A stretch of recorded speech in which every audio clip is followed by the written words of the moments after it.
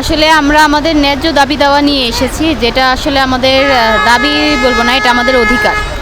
আমরা যেখানে 7 বছর কাজ করার পরে এখন আমরা বেকার হয়ে যাচ্ছি, এটা তো আসলে কারোই কাম্য না। আর আমরা যখন জয়েন করেছি তখন আমরা ওরকম রাজস্বের প্রতিশ্রুতি পেয়েই কিন্তু আমরা জয়েন করেছি, এবং পরবর্তীতেও আমরা দেখেছি যে রাজস্বের বিভিন্ন রকমের বিভিন্ন দপ্তর থেকে আমরা রাজস্বের চিঠি আমাদের হেড অফিসে পাঠানো হয়েছে, সেগুলো আমরা দেখেছি। তো এত কিছুর পরেও আমরা কেন বেকার হয়ে যাব?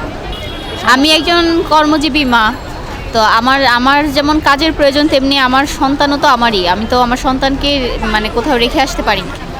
আর এখানে দীর্ঘদিন যাবৎ আমরা আছি, আপনারা জানেন আজকে 33তম দিন আমরা এখানে পালন করছি অবস্থান কর্মসূচি। তো এতদিন আসলে বাচ্চাকে রেখে আসা আমার পক্ষে সম্ভব না, যার কারণে আমি আমার বাচ্চাকে নিয়েই এসেছি।